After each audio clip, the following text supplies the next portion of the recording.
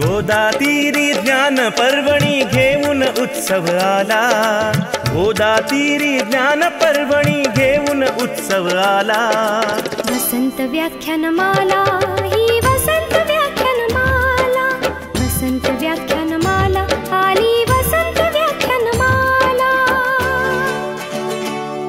मुहूर्त मेढ गोरानडे न्यायमूर्तींनी रोवली, जोड त्याला वझेराव साहेबांची मग लाभली। कुसुमांच्या या गावामध्ये,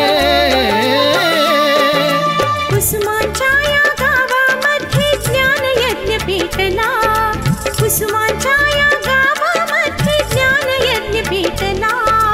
वसंत व्याख्यानमाला ही वसंत व्याख्यानमाला, वसंत व्याख्यानमाला आली वसंत व्याख्यानमाला। पुष्प गुंफिले सुंदर पहिले वाचस्पती भिडेनी, ज्ञान कुंभ तो प्राशन केला पुण्यवान लोकांनी। परंपरेला जगद्गुरूंचा, परंपरेला जगद्गुरूंचा आशीर्वाद लाभला, परंपरेला जगद्गुरूंचा आशीर्वाद लाभला। वसंत व्याख्यानमाला ही वसंत व्याख्यानमाला, वसंत व्याख्यानमाला आली वसंत व्याख्यानमाला।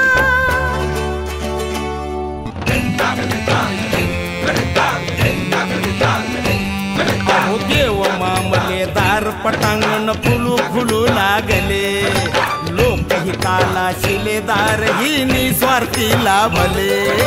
खडतर होता मार्ग तरी पण,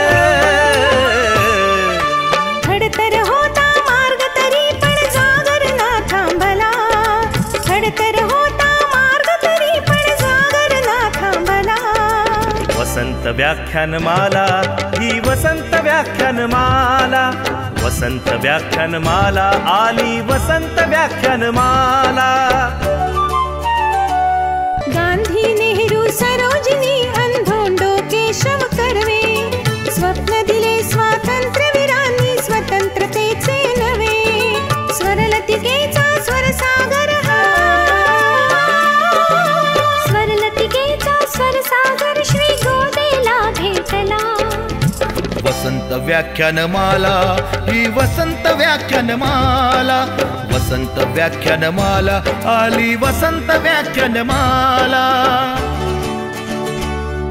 आचार्यात्रे हिंदुहृदय सम्राट धडाडून गेले, विचारवंतांच्या प्रतिभेचे दर्शन येथे घडले। प्रबोधनाच्या नव्या युगाचा,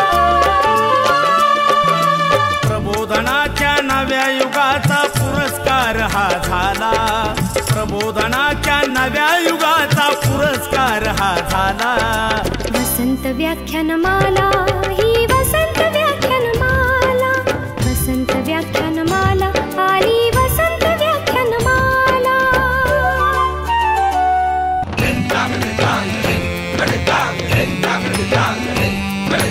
वैभवशाली परंपरेला जतन करूया सारे, ज्ञानामृत हे घेण्यासाठी गोदा काठी या रे।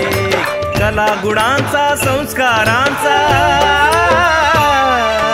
कला गुणांचा संस्कारांचा मंगलमय सोहळा, कला गुणांचा संस्कारांचा मंगलमय सोहळा। वसंत व्याख्यानमाला ही वसंत व्याख्यानमाला, वसंत व्याख्यानमाला आली वसंत व्याख्यानमाला। वसंत व्याख्यानमाला ही वसंत व्याख्यानमाला, वसंत व्याख्यानमाला आली वसंत व्याख्यानमाला, वसंत व्याख्यानमाला ही वसंत व्याख्यानमाला, वसंत व्याख्यानमाला आली वसंत व्याख्यानमाला। कोई ख्वाब है वसंत व्याख्यानमाला जो गुनगुनाए, वो हर दिन लाजवाब है, वो हर दिन लाजवाब है। आलेल्या सर्व आदरणीय पाहुण्यांचं, मान्यवरांचं आणि सर्वात महत्त्वाचं म्हणजे आदरणीय रसिक श्रोत्यांचं वसंत व्याख्यानमालेतर्फे मी डॉक्टर स्मिता मालपुरे सर्वांचं सस्नेह स्वागत करते। रामभूमी, मंत्रभूमी, यंत्रभूमी, तंत्रभूमी, शब्दभूमी, शिल्पभूमी, चित्रभूमी, सांस्कृतिक भूमी आणि साहित्यिक भूमी. माझं नाशिक, तुमचं नाशिक, आपलं नाशिक. हे नाशिक सगळ्या बाजूने विस्तारतं आहे, मोठं होऊ पाहतं आहे, स्मार्ट सिटी होतं आहे. पण सिटी स्मार्ट होईल रस्त्यांनी.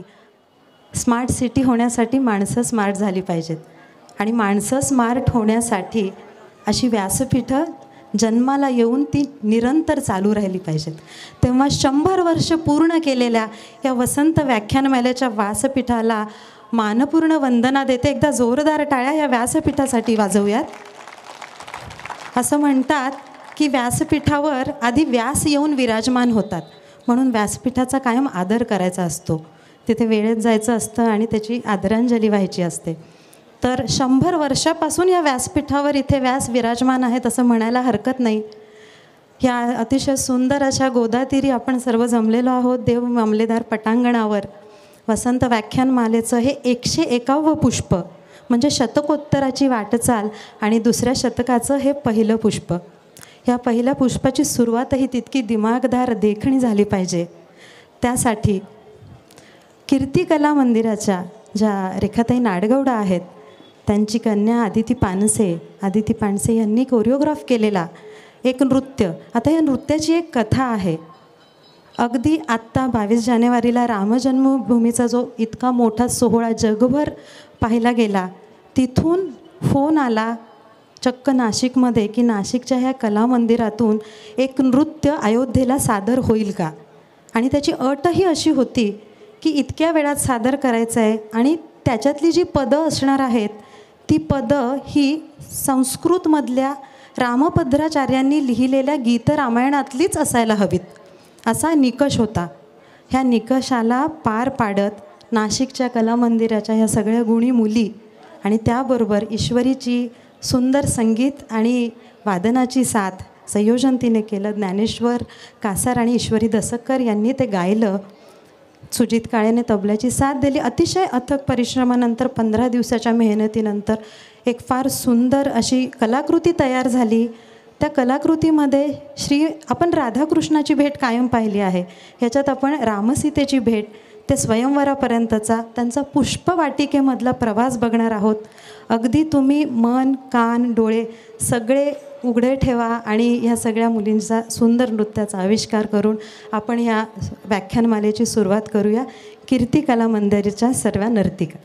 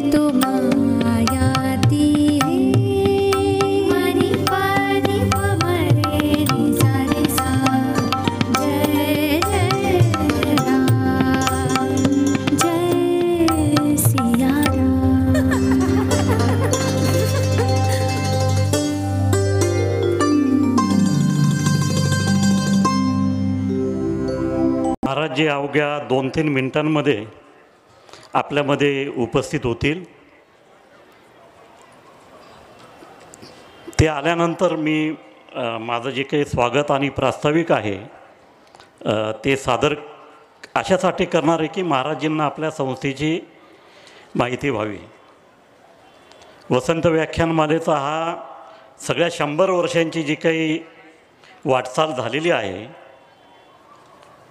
ती आपण सर्व जे समोर मोठ्या संख्येने श्रोते जमलेले आहेत त्यांच्यामुळे झालेली आहे. त्यामुळे आपण सर्वजण पहिले आपल्या स्वतःसाठी जोरदार टाळ्या वाजवूया.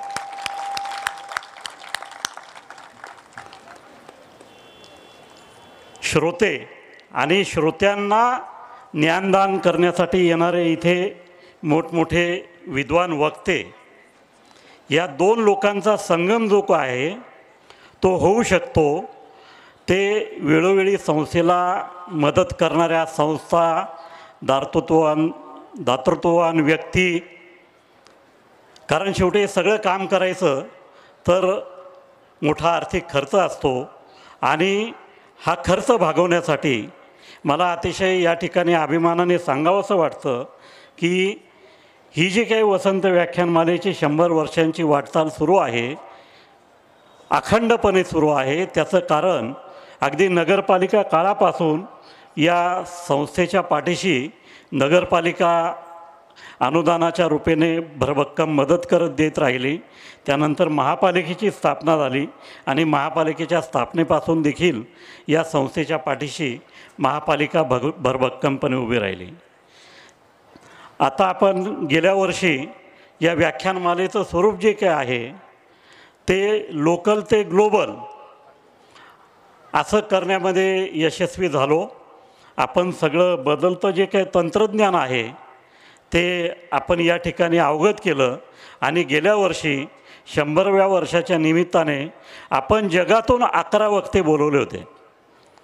त्यामध्ये 5 लोक अमेरिकेतले होते, 1 दुबईतले होते, 1 जर्मनीतनं होते आणि मला सांगायला आनंद वाटतो की त्या लोकांनी या वसंत व्याख्यानमालेचा प्रचार इथे येणाऱ्या वक्त्यांनी त्यांच्या देशामध्ये केला, आपल्या मराठी माणसांमध्ये केला आणि ही व्याख्यानमाला आपण याचं यूट्यूबवर, फेसबुकवर थेट प्रक्षेपण केलं. जसं आत्ताही या ठिकाणी प्रक्षेपण सुरू आहे त्याचा आनंद जगभरातल्या लोकांनी घेतला आणि म्हणून आपण अभिमानाने सांगतो की आपल्या व्याख्यानमालेचा प्रवास 100व्या वर्षाच्या निमित्ताने लोकल ते ग्लोबल असा झालेला आहे. आणि आता ही सगळी आपल्याला परंपरा टिकवायची आहे तर ती आपल्या सगळ्यांच्या भक्कम पाठबळावरच होऊ शकेल. यावर्षी देखील आपण जगातनं 10 वक्ते वेगवेगळ्या विषयातनं बोलवले आणि तरुणांना उपयुक्त होतील अशा अधिकाधिक विषय या ठिकाणी आपण ठेवलेले आहेत. त्यामुळे आपल्या सर्वांना माझी हात जोडून नम्र विनंती आहे की हे सगळी जी काही भाषणं आहेत ते नवीन पिढीपर्यंत पोहोचण्यासाठी आपण आपल्या घरातल्या तरुण मुलांना या ठिकाणी येण्याची विनंती करा. त्यांना इथे यायचा वेळ नसेल तर त्यांच्यासाठी आपण यूट्यूब, फेसबुक याच्यावर थेट लाईव्ह प्रक्षेपण ठेवलेलं आहे. त्यावेळेला त्यांना पाहायला वेळ नसेल तर आपल्या व्याख्यानमालेची वेबसाईट आहे तिच्यावर जवळजवळ 450 व्याख्यानं गेल्या 20-25 वर्षातली उपलब्ध आहेत. ही व्याख्यानं देखील रोजच्या रोज वेबसाईटवर आपण अपलोड करणार आहोत आणि त्यामुळे अभ्यासकांना त्या विषयातली व्याख्यानं त्यांची इच्छा होईल त्यावेळेला पाहण्यासाठी आपण उपलब्ध करून दिलेली आहे. आता ही सगळी यंत्रणा आपल्याला करण्यासाठी आपण पूर्वी कधी LED वॉल लावत नव्हतो. 3 कॅमेऱ्याचा सेटअप आपल्याला हे जर थेट प्रक्षेपण करायचं असेल तर LED वॉल लावली पाहिजे, 3 कॅमेऱ्याचा सेटअप लावला पाहिजे, चांगलं मोठं व्यासपीठ निर्माण केलं पाहिजे आणि हे सगळं करायचं झालं तर त्याच्यासाठी मोठा आर्थिक खर्च हा आपल्याला दरवर्षी भागवावा लागणार आहे. आणि त्यामुळे करंजकर साहेब आपल्याला एक अनुदान देण्याची महापालिकेला जास्तीत जास्त 3 लाख रुपयांची परवानगी आहे. त्यामुळे आपल्या सगळ्या नागरिकांनी आता अधिक आर्थिक योगदान देऊन ही परंपरा अधिक चांगल्या पद्धतीने पुढे नेण्यासाठी आणि ही परंपरा वाढवण्यासाठी आपल्याला मोठ्या प्रमाणावर आपण योगदान द्यावं अशी मी या निमित्ताने आपल्याला हात जोडून विनंती करतो. मी एक अतिशय अभिमानाने या ठिकाणी सांगू इच्छितो की आपले आदरणीय PD पाटील साहेब हे खास पुण्याहून आलेले आहेत. ते डॉक्टर DY पाटील विद्यापीठाचे व्हाईस चान्सलर आहेत. नाशिकला जशी व्याख्यानमाला न्यायमूर्ती महादेव गोविंद रानडे आणि शंकराचार्य डॉक्टर कुर्तकोटी यांच्या प्रेरणेने सुरू झाली आणि 100 वर्षे सुरू आहे आणि ती 1 महिना चालते. न्यायमूर्ती महादेव गोविंद रानडे यांनी पुण्यामध्ये सगळ्यात पहिले व्याख्यानमाला सुरू केली. तिचं यंदाचं 149वं वर्ष होतं. मित्रांनो, नाशिककरांनी स्वतःसाठी पुन्हा एकदा अशासाठी टाळ्या वाजवायच्या आहे की आपली ही जी काही परंपरा आहे 1 महिन्यांची ही अखंडपणे सुरू आहे. मला सांगायला अत्यंत वाईट वाटतं, दुःखही होतं की पुण्याची व्याख्यानमाला ही 10 दिवसावर आली. दादरला अमर हिंद व्याख्यानमाला होती, ती पण महिनाभर चालायची, ती 8 दिवसांवर आली. वाईला व्याख्यानमाला तर्कतीर्थ लक्ष्मणशास्त्री जोशी यांच्या प्रेरणेने सुरू झालेली, ती पण नदीकाठी भरते आपल्यासारखी, तिचा पण कालावधी 8-10 दिवसांपर्यंत आला. परंतु आपण नाशिककरांनी ही परंपरा केवळ जपलीच नाही तर तिची कीर्ती देखील वाढवली आणि जगभर आपण तिचं कीर्ती निर्माण केलेली आहे. त्यामुळे नाशिककरांचं फार मोठं योगदान ही सांस्कृतिक परंपरा जपण्यामध्ये आहे. आपल्यामध्ये या ठिकाणी वर्षानुवर्ष गेली 50 वर्ष प्रजापिता ब्रह्माकुमारी केंद्राच्या माध्यमातून वासंती दिदी नाशिककरांना आध्यात्मिक वातावरण राखण्यासाठी मार्गदर्शन करतात, मनाला शांतता निर्माण करण्यासाठी मार्गदर्शन करतात, मन प्रसन्न कसं व्हावं यासाठी गेल्या 50 वर्षांपासून काम करत आहेत. अशा अनेक महान विभूती आपल्याला वेगवेगळ्या क्षेत्रामध्ये नाशिकला लाभलेल्या आहेत आणि त्यामुळे हे आपलं कुसुमाग्रजांचं जे काही गाव आहे की ज्याचा मराठी भाषेचा गौरव दिन, भाषा दिन म्हणून साजरा केला जातो, तो आपल्या तात्यासाहेब शिरवाडकरांच्या नावाने कुसुमाग्रजांच्या नावाने साजरा केला जातो. तर त्यामुळे ही जी काही नाशिकची सांस्कृतिक परंपरा आपण वेगवेगळ्या क्षेत्रामध्ये टिकवून आहोत, त्याचं कारण वेगवेगळ्या क्षेत्रामध्ये आपल्याला अतिशय उत्तम कार्यकर्ते की जे तन मन आणि धन अशा भावनेने किंवा समर्पित भावनेने काम करत असतात. वसन व्याख्यानमालेला देखील ही अखंडपणे परंपरा आपली सुरू आहे. त्याचं कारण अशा पद्धतीचे कार्यकर्ते वेळोवेळी या व्याख्यानमालेला लाभत गेले. कारण कुर्तकोटे डॉक्टर शंकराचार्य हे नाशिकला 1921 साली उन्हाळ्याच्या सुट्टीच्या निमित्ताने आले होते. त्यावेळेला नाशिक खूपच प्रसन्न आणि थंड होतं. आता यावर्षी आपलं थोडं वातावरण बदललेलं आहे. तर पूर्वीपासून नाशिकला उन्हाळ्याच्या काळामध्ये अगदी वाराणसी, अलाहाबाद इथून देखील अनेक विद्वान मंडळी नाशिकला यायची आणि या ठिकाणी मुक्कामाला महिना 15 दिवस असायचे. तसे कुर्तकोटी दरवर्षी नाशिकला उन्हाळ्यामध्ये यायचे. त्यांना भेटण्यासाठी तर पंडित मोतीलाल नेहरू 1931 साली 31 साली नाशिकला आले होते आणि त्याच वेळेला त्यांनी इथे व्याख्यानमालेत येऊन भाषण केलं होतं. आपले पंतप्रधान जवाहरलाल नेहरू यांचे वडील. तर ते कुर्तकोटी असे सहज गप्पा मारत बसले. त्यांचे भक्त जेव्हा मंडळी एकत्र आली आणि तेव्हा कुर्तकोटींनी सुचवलं की अरे नाशिकला 1905 ते 8च्या काळात व्याख्यानमाला सुरू होती, ती मध्ये खंडित झालेली आहे, तर कार्यकर्त्यांनी पुढाकार घेऊन ही सुरू करा. असे एक उन्हाळ्याच्या सुट्टीत गप्पा झाल्या. मग नंतर कार्यकर्ते रावसाहेब वझे, नाह पाटील, दबा टकले गुरुजी ही सगळी कार्यकर्ते मंडळी एकत्र जमली आणि त्यांनी ठरवलं की आपण व्याख्यानमाला सुरू करू. आणि 1 मे 1922ला ही व्याख्यानमाला सुरू झाली. 1 मे ते 31 मे अशी परंपरा तिची तेव्हापासून सुरू होती, ती आजतागायत आपण जपलेली आहे. ही व्याख्यानमाला पहिले एक छोटं टेबल आणि लाईट तर तेव्हा नसायचे, त्याच्यामुळे पेट्रोबॅक्सची बत्ती आणि समोर सतरंजा. मग एक 7-8 वर्षांनी खुर्च्या या ठिकाणी आणल्या गेल्या. एक 25 खुर्च्या आणून ठेवायचे आणि जो त्याचं 50 पैसे 25 पैसे भाडं द्यायला तयार होईल त्याला मग खुर्चीवर बसण्याचा मान मिळायचा.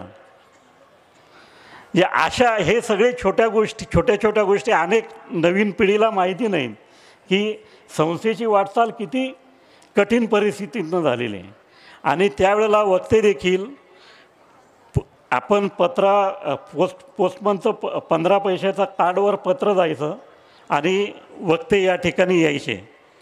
वक्ते कार्यकर्त्यांच्या घरीच राहायचे आणि मग एखाद्या वक्त्याला समजा इच्छा झाली मला सकाळी रामकुंडावर आंघोळीला यायचं आहे, मग 2 कार्यकर्ते त्यांच्यासाठी रामकुंडावर यायचे. ते म्हटले की मला या ठिकाणी मंदिरात दर्शनाला जायचं आहे. तर अशी सगळी दिवसभर पाहुण्यांची लगबग सांभाळून मग संध्याकाळी या ठिकाणी भाषणाला घेऊन यायचं. आणि पूर्वी आपल्याकडे पाहुणे कधी 1 दिवसासाठी यायचे नाही, 4-4 8-8 दिवस यायचे. पण ते आलेले पाहुणे किती दिवस राहिले तरी आपल्या घरच्या कुटुंबातल्या मंडळींना खूप आनंद वाटायचा. आता आपल्याला सकाळी चहाला जरी आला माणूस तरी तुम्ही नाश्ता घेणार का की नुसता चहा बिस्किट घेणार असं आपण विचारतो. असं सगळं वातावरण आपलं बदललेलं आहे. पण नाशिकने मात्र ही संस्कृती टिकवून ठेवलेली आहे. PD पाटील सर तुम्हाला अनुभव आला असेल की आम्ही चहा पण विचारतो, नाश्ता पण विचारतो, जेवणाची पण काळजी घेतो. त्याच्यामुळे नाशिकने ही संस्कृती टिकवून ठेवलेली आहे. आणि मी तुम्हाला खूप अभिमानाने सांगू इच्छितो की PD पाटील सरांकडे देखील ही संस्कृती टिकवून आहे. मी ही गोष्ट सांगितली त्यांच्याकडे बघून, म्हणजे पुण्याची संस्कृती अशी नाही असं माझं सांगण्याचा उद्देश नाही. कृपया कुणी गैरसमज करून घेऊ नका. कारण मी जागतिक मराठी अकादमीची मोठी परिषद 2 वर्षांपूर्वी पुण्याला झाली आणि सरांनी या ठिकाणी अतिशय सुंदर व्यवस्था त्या ठिकाणी ठेवलेली होती. स्वामीजी या ठिकाणी आलेत. आपण सर्वजण जोरदार टाळ्यांच्या गजरात स्वामीजींचं स्वागत करूया.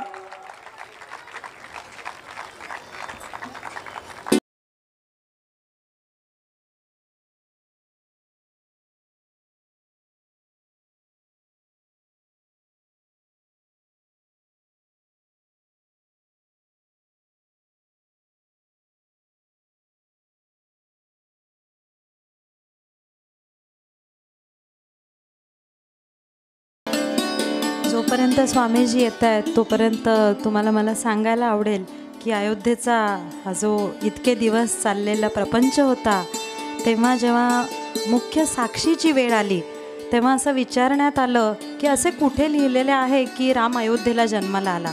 तेव्हा स्वामी जगद्गुरू रामभद्राचार्य होते, ज्यांनी न्यायाधीशांना सांगितलं होतं की अथर्व वेदाच्या दशमकांडातल्या 32व्या अध्यायातल्या 2ऱ्या ओळीमध्ये असे लिहिलेले आहे की अयोध्या येथे रामाचा जन्म झालेला आहे.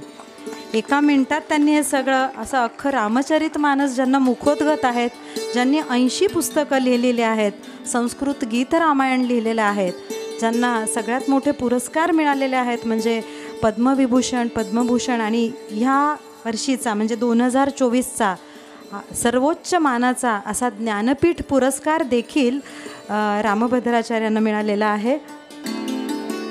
वयाच्या अवघ्या 2ऱ्या वर्षीच एका आजाराने त्यांची तशी म्हटलं तर दृष्टी गेली, पण त्यांना दिव्य दृष्टी आहेत आणि म्हणूनच त्यांना 1-2 नाही तर 22 भाषा अवगत आहेत.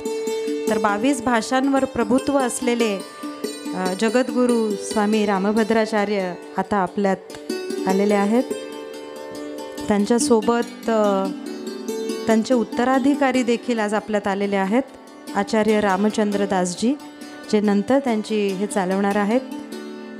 चित्रकूटावर त्यांचा वास आहे, तिथे ते दिव्यांगांसाठी त्यांनी एक शाळा देखील बांधलेली आहे. उत्तर प्रदेशमधील सामाजिक कार्यकर्ते आणि महाराजांचे निस्सीम भक्त श्री दिनेश शर्मा आपल्यात आलेले आहे.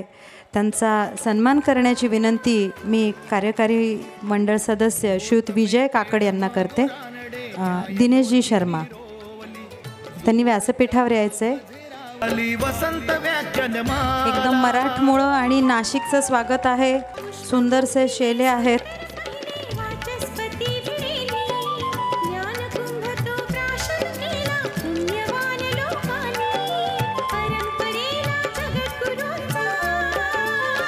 नाशिककरांना माझी एक अमेरिकेची मैत्रीण आहे. तिने मला अयोध्येचा जेव्हा रामलल्लाची प्रतिष्ठापना झाली तर तिने विचारलं होतं की हे राम राम काय प्रकरण आहे आणि तुम्ही इतके का क्रेझी आहात त्याच्यासाठी.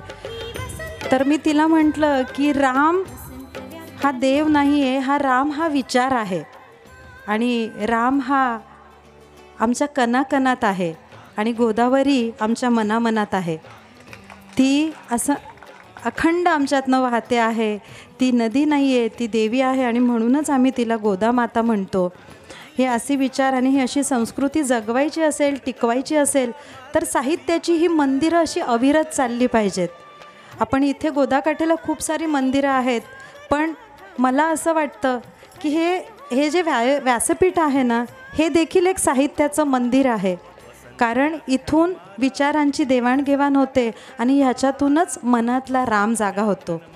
त्यामुळे मनातल्या रामाला जागं ठेवण्यासाठी हे अशी व्यासपीठं सतत चालू ठेवली पाहिजेत. आणि त्यासाठी मी वसंत व्याख्यानमालेचं श्रीकांतजींनी जे मला पुस्तक दिलं होतं, मला वाचून फार आश्चर्य वाटलं. मी कळवणची मुलगी आहे आणि कळवणचे जे दीक्षित काका म्हणून होते त्यांनी जवळपास 35 वर्ष वसंत व्याख्यानमालेचे जे माईक आणि ही सगळी साऊंड सिस्टीम आहे ती सगळी आणायची व्यवस्थेचे पैसे वाचवण्यासाठी ते खांद्यावर ते घेऊन यायचे.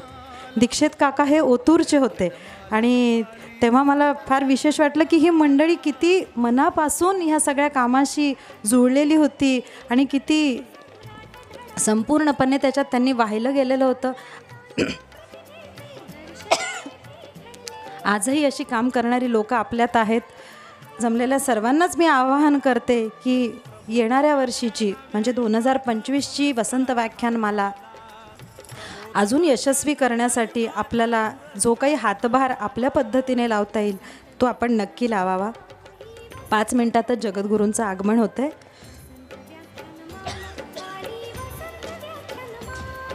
हा झाला प्रबोधनाच्या नव्या युगाचा पुरस्कार हा झाला. वसंत व्याख्यानमाला ही वसंत व्याख्यानमाला, वसंत व्याख्यानमाला आली वसंत व्याख्यानमाला.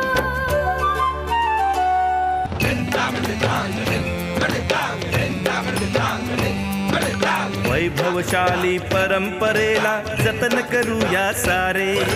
ज्ञानामृत हे घेण्यासाठी गोदा काठी या रे. कला गुणांचा संस्कारांचा, कला गुणांचा संस्कारांचा मंगलमय सोहळा. कला गुणांचा संस्कारांचा मंगलमय सोहळा.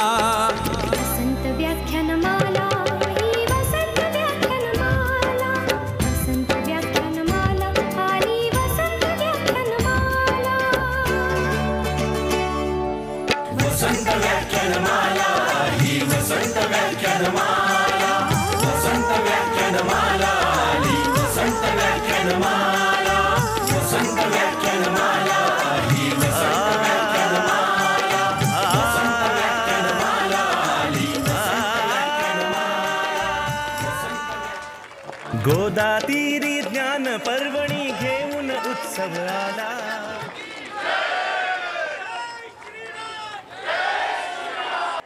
मला असं वाटतं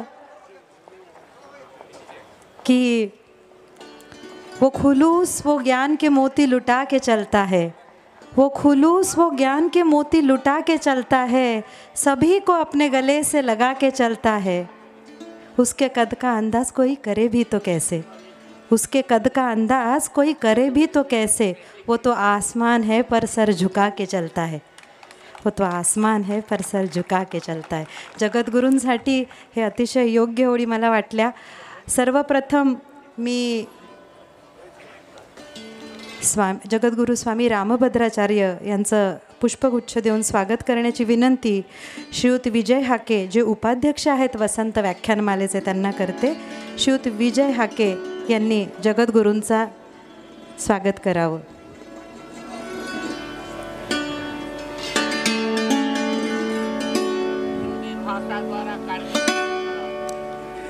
इसीलिए तो आपके लिए शेर सुनाया स्वामी जी.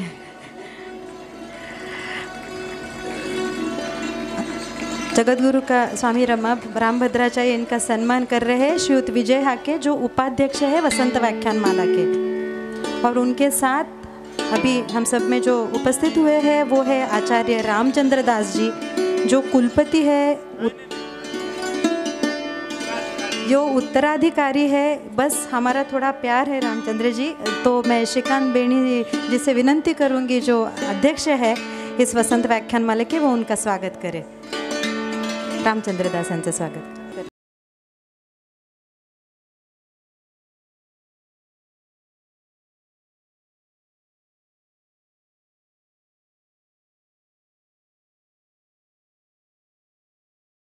करता है और जो जगद्गुरु जी के हैं जो मंच पर विराजमान हमारे मेहमान हैं उन सब के लिए एक बार जोरदार तालियां. चलो ये जो आवाज़ है ना ये चित्रकूट तक जानी चाहिए, अयोध्या तक जानी चाहिए.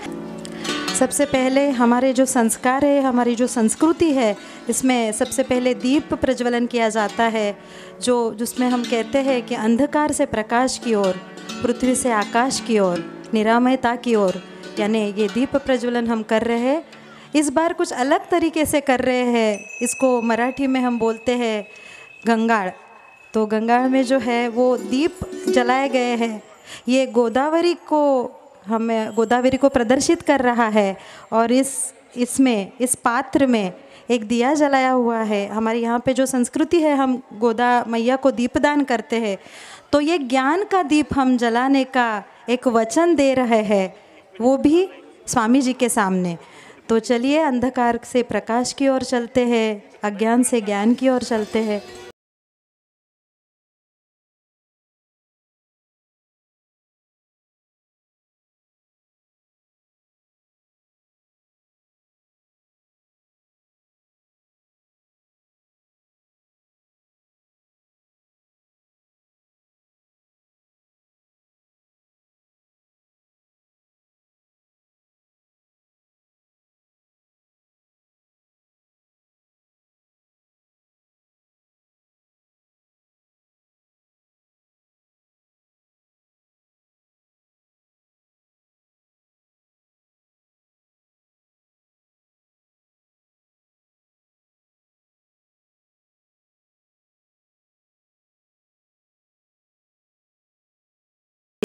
जो इस व्याख्यानमाला के अध्यक्ष है उनसे विनती करूंगी कि वो अपने प्रास्ताविक में गुरुजी की ओर कुछ स्वागत के शब्द सुनाएं.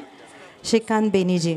गुरुजी आने तक मैंने आपसे बहुत सारी बातें की है, लेकिन गुरुजी को ये संस्था के बारे में थोड़ी मालूमात हो, इसके लिए मैं खाली 2 मिनट आपके लेना चाहता हूँ.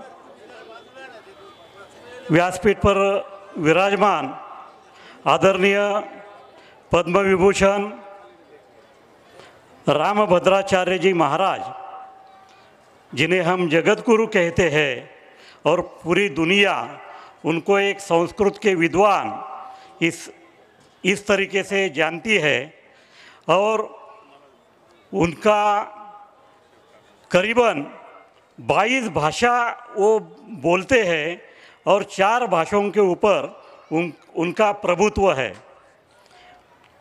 गुरुजी की बहुत सारी बातें अभी हम जो मानपत्र उनको प्रदान करेंगे उसमें आप समझ जाएंगे. इसके लिए मैं ज़्यादा वक्त नहीं लूँगा आप लोगों का. आदरणीय गुरुजी, ये जो वसंत व्याख्यानमाला संस्था है ये न्यायमूर्ति महादेव गोविंद रानडे ये महाराष्ट्र के प्रख्यात जस्टिस थे उस ज़माने के. उन्होंने पुणे में भी वसंत व्याख्यानमाला शुरू की थी और नासिक में भी 1905 साल में शुरू की थी. उनकी प्रेरणा से ये व्याख्यानमाला शुरू हुई। 3 साल चली, बाद में खंडित हो गई और फिर जगत गुरु डॉक्टर शंकराचार्य कुर्तकोटी हर साल नासिक में आते थे, हरिद्वार इलाहाबाद से धूप के दिनों में, और उनके बहुत सारे शिष्यगण यहाँ पे थे। तो 1921 साल में उनके किस शिष्यों के साथ में उन्होंने बात की और उनको सलाह दी कि नासिक में आप पहले ये व्याख्यानमाला चलती थी तो आप एक कार्यकर्ता लोग चालू करें। और उस टाइम के कार्यकर्ता जो राव साहब वज़े इंजीनियर, जिनको शिल्पशास्त्री के नाम से जाना जाता है, शिल्पशास्त्र अपने पास में इंडिया में बहुत पुराने साल से है, लेकिन उन्होंने वो लिखित तरीके से उनका अभ्यासक्रम बनाया। तो राव साहब वज़े इंजीनियर, नाह पाटिल, दबा टकले गुरुजी, उस टाइम के जो सोशल वर्कर थे, उन्होंने 1 मई 1922 से यहाँ पे ये व्याख्यानमाला शुरू की। वह उस टाइम के वैदिक विद्वान भिड़े गुरुजी, उन्होंने यहाँ पे पहला लेक्चर दिया और हर साल डॉक्टर शंकराचार्य कुर्तकोटी यहाँ पे आके अपनी भावना रखते थे। गुरुजी, हम बड़े गर्व से कहते हैं कि इस मंच के ऊपर महात्मा गांधी, पंडित जवाहरलाल नेहरू, पंडित मोतीलाल नेहरू, सरदार वल्लभ भाई पटेल, सरोजिनी नायडू, स्वातंत्र्यवीर सावरकर, आचार्य कृपलानी, आचार्य आत्रे, आचार्य विनोबा भावे, ऐसे कई महान विभूति जो आज तक भारत रत्न लता मंगेशकर और भारत रत्न लाल कृष्ण आडवाणी जी, इस तरीके से सभी क्षेत्रों के दिग्गज लोग यहाँ पे हर साल आके अपना विचार अलग अलग सब्जों के ऊपर रखते हैं। पिछले साल इस संस्था ने अपना 100 साल पूरा किया। ये 100 साल के बड़ा उत्सव हमने यहाँ पे मनाया और उस व्याख्यानमाला में पूरे दुनिया से 11 लोग सम्मिलित हुए थे। भारत में से भी चेतन भगत जैसे साहित्य से लेकर अलग अलग क्षेत्र के बड़े बड़े लोग यहाँ पे आए थे। और इस साल भी अभी पूरी दुनिया से 10 विद्वान लोग आ रहे हैं। हम नासिक कर बड़े भाग्यशाली है कि आप जैसे विद्वान इस 101 साल का शुभारंभ करने के लिए हमें मिले हैं। मैं प्रभु रामचंद्र जी के पद स्पर्श से पुनीत इस भूमि में स्वामी जी आपका तहे दिल से बड़े आदरपूर्वक आपका स्वागत करता हूं। आपके साथ में हमारे यहाँ के पुणे के DY पाटिल यूनिवर्सिटी के vice chancellor doctor PD Patil sir, हमारे नासिक म्यूनसिपल कॉरपोरेशन के कमिश्नर अशोक जी करंजकर सर, हमारे आप गुरुजी, आपसे जो संपर्क हो पाया वो ज्ञानपीठ मंडल के जो महाप्रबंधक है तिवारी जी, उनके वजह से आपसे संपर्क हुआ। और तिवारी जी, आपकी बड़ी कृपा है, ऐसी ही कृपा आप आगे भी रखें और हर साल कोई ना कोई ज्ञानपीठ विजेता हमें यहाँ पे बुलाने का जो योजना है हमारी, उसमें मदद कीजिए। उसके साथ में हमारे सचिन जी इटकर, वो पुणे में सांस्कृतिक क्षेत्र में बड़ा अच्छा काम करते हैं। HL के महाव्यवस्थापक आदरणीय सुब्रत मंडल सर यहाँ भी उपस्थित है। और हमारे उत्तर प्रदेश के सामाजिक कार्यकर्ता आदरणीय दिनेश जी, इन सभी लोगों का, हाँ, उत्तर प्रदेश के पूर्व उप मुख्यमंत्री, इनके भी ये सभी महानुभावों का बड़े दिल से स्वागत करता हूँ। आप लोगों के प्रति, आप इतने बड़ी संख्या में हर साल आते हैं, हर दिन आते हैं और आपके कारण ही ये व्याख्यानमाला यशस्वी होते। आपके बारे में, आपके प्रति भी कृतज्ञता व्यक्त करते मैं यहाँ पे मेरे शब्दों को विराम देता हूँ। जय हिंद, जय महाराष्ट्र।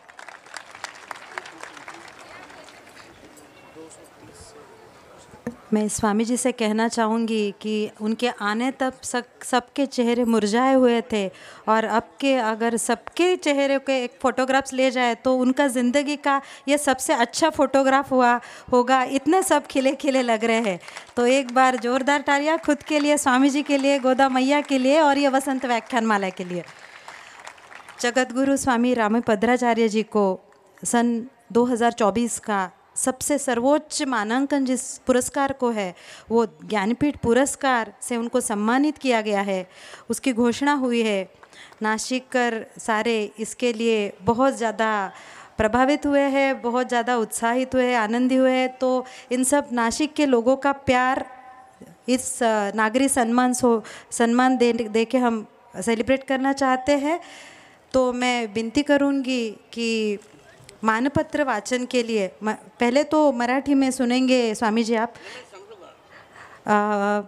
तो जो मानपत्र है तो नहीं, आपके लिए नहीं स्वामी जी, ये तो हम सब के लिए है कि हम आपको समझना चाह रहे हैं। इसके लिए पहले हम आपको समजेंगे, फिर आपके लिए जो लिखा हुआ है वो फिर से एक बार इंग्लिश में दोहराएंगे। तर मराठी मानपत्राच्या वाचनासाठी मी विनंती करते की श्रुत मिलिंद गांधी यांनी यावं आणि मानपत्र वाचन करावं। गुरुजींना सादर नमस्कार। नाशिककरांच्या वतीने जे सन्मानपत्र इथे बहाल करण्यात येईल त्याचं मी वाचन करतो। सन्मानपत्र। श्रीरामाचे मंदिर व्हावे एकच हृदयी ध्यास, श्रीरामाचे मंदिर व्हावे एकच हृदयी ध्यास, पुन्हा मिळवले हक्काचे ते राघव जन्मनिवास, जगद्गुरु हे पद्मविभूषण राम नाम तव श्वास, स्वीकारावे त्रिवार वंदन हीच आमुची आस। प्रति आदरणीय जगद्गुरु रामानंदाचार्य स्वामी रामभद्राचार्य श्री चित्रकूट तुलसीपीठाधीश्वर, सविनय सादर प्रणाम। वयाच्या दुसऱ्याच वर्षी प्रारब्धाच्या फटकाऱ्याने आपली दिव्य दृष्टी मालवली आहे, परंतु ईश्वरी कृपेने दिव्य ज्ञानदृष्टी उजळलेली आहे। वयाच्या 5व्या वर्षी श्रीमद भगवद्गीता, तर 7व्या वर्षी संपूर्ण रामचरित मानस मुखोद्गत झाले आहे।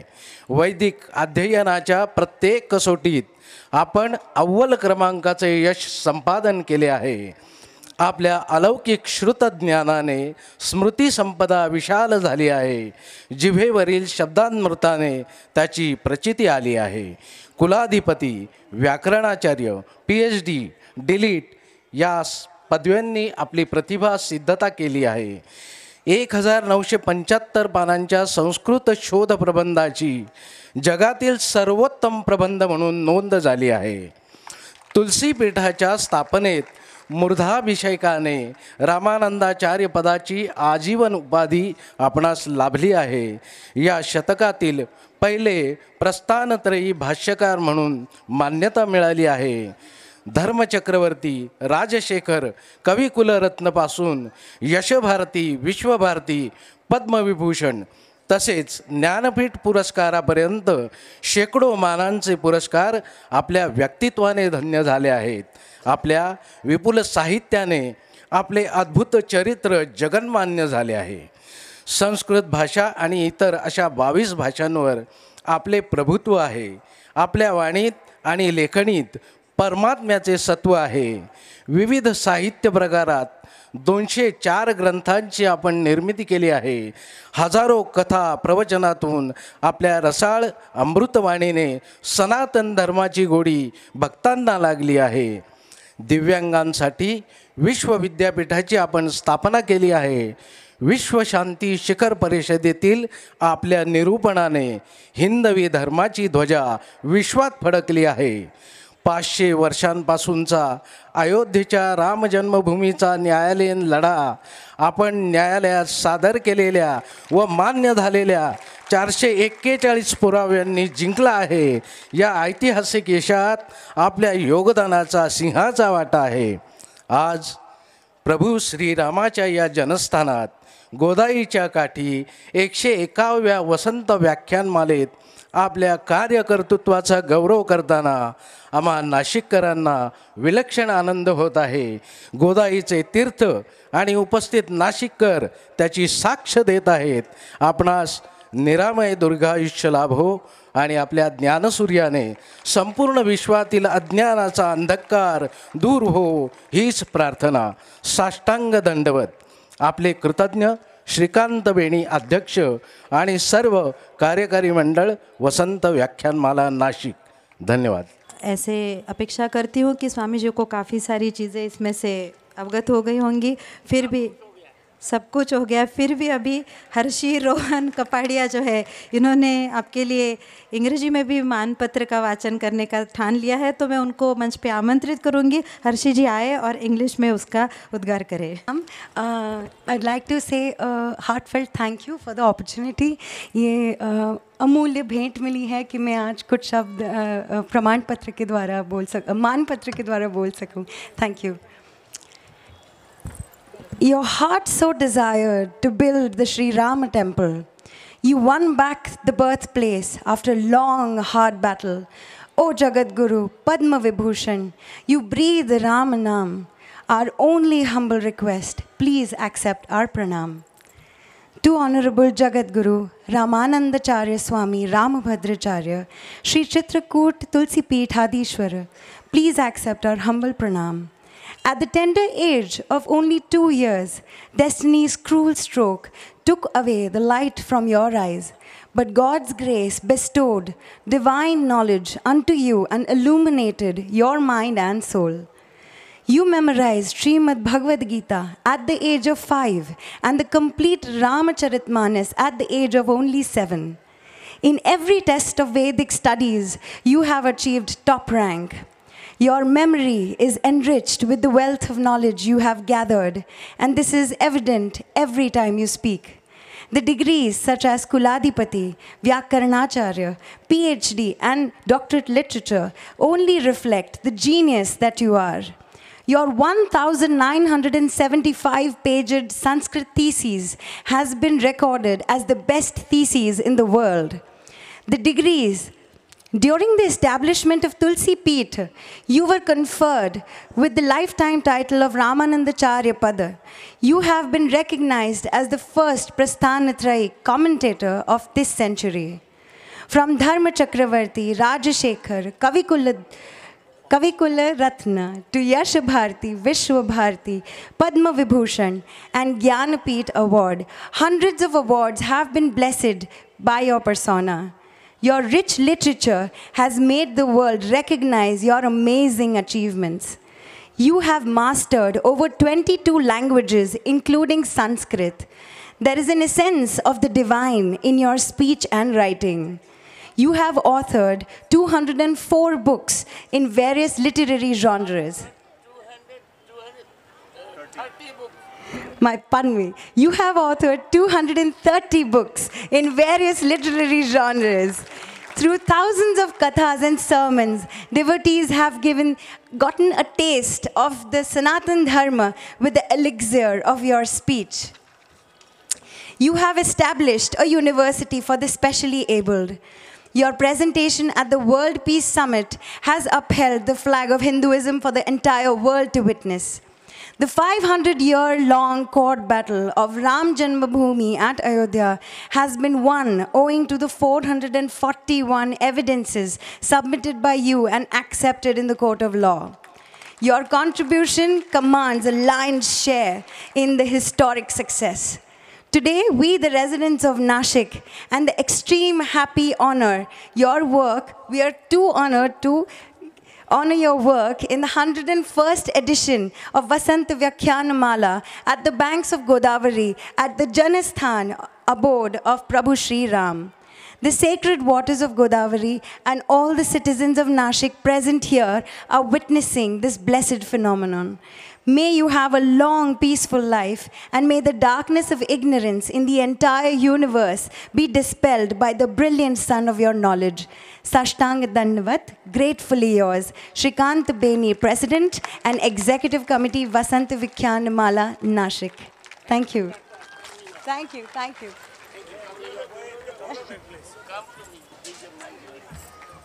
आशीर्वाद पण मागून घ्यायचे असतात, त्यामुळे मी मागून घेतले. सो अभी जो है सबसे ये जो अयोध्या का जो काम हुआ है तब से स्वामी जी हमारे सबके दिल में बसे हुए हैं। तो ये जो दिल से दिल तक की भेंट है, जो सम्मान उनका हो रहा है, जब मैंने सोचा कि ये कौन सा सम्मान है, कौन किसका सम्मान हो रहा है, नासिक कर स्वामी जी का कर रहे हैं क्या? नहीं, मुझे तो लगता है ये चित्रकूट का सम्मान हो रहा है जो गोदा मैया कर रही है। तो सबसे पहले मैं विनती करूँगी डॉक्टर पीडी पाटिल सर को कि वो अभी इनका सम्मान करें। इस वक्त में जो हो रहा है हमारे यहाँ पे शांति पठन में अभिमंत्रण जो है, इसके 2 वर्ग वैदिक पठन जो विश्वदेव के थ्रू, विश्वदेव के यहाँ से दीर्घायुष के लिए, स्वामी जी के दीर्घायुष के लिए प्रार्थना कर रही है। संस्कृत में सौस्मिता आप्टे, सौ वृंदा कुलकर्णी और श्रीमती वंदना जोशी, ये सम्मान होता रहेगा और ये पठन चलता रहेगा। तो दीर्घायुष की कामना हम पूरे विश्व को कर रहे हैं, विश्वदेव से कर रहे हैं कि हमारे जो स्वामी जी हैं ये हजारों साल जिए। आम्ही करायचं सर्वप्रथम तिघींचाही मी मनापासून नमस्कार सादर करते आणि शांतीपाठातील दीर्घायुष्यासाठी म्हटले जाणारे हे वैदिक मंत्र सादर करते। ओम आनो भद्रा क्रतवो यन्तु विश्वतो दब्धासो अपरितास उद्भिदाः देवानो यथा सदमिद्वृधे असन्नप्रायुवो रक्षितारो दिवे दिवे देवानां भद्रा सुमतिर्रुजुयतां देवानां रातिरभिनो निवर्तताम् देवानां सख्यमुपसेदिमावयन् देवान आयुः प्रतिरन्तु जीवसे तान् पूर्वयानि विदाहुमहे वयं भगं मित्रमदितिं दक्षमस्त्रिधम् अर्यमणौ वरुणौ सोममश्विना सरस्वती न सुभगामयस्करत तन्नो वातो मयो भुवातु भेषजन् तन्माता पृथिवी तत्पिता द्यौः तद्ग्रावाण सोमसुतो मयो भुवस्तदश्विना शृणुतन्दिष्ण्यायुवं तमीशानै जगतस्तस्तु शस्पतिन्द्रियं जिन्मवसे हूमहे वयं पूषानो यथा वेदसां सद्वृदे रक्षिता पायुरदब्धस्वस्तये स्वस्ति न इन्द्रो वृद्धश्रवाः स्वस्ति न पूषा विश्ववेदाः स्वस्ति नस्तार्क्ष्यो अरिष्टनेमि स्वस्ति नो बृहस्पतिर्दधातु पृषदश्वामरुत पृश्निमातरशुभं यावानो विदथेषु जग्मयः अग्निजिह्वामनवसूरचक्षसो विश्वे नो देवा अवसागमन्निः भद्रं कर्णेभिः शृणुयाम देवा भद्रं पश्येमाक्षभिर्यजत्राः स्थिरैरङ्गैः सुष्ठुवांसस्तनूभिः व्यशेम देवहितं यदायुः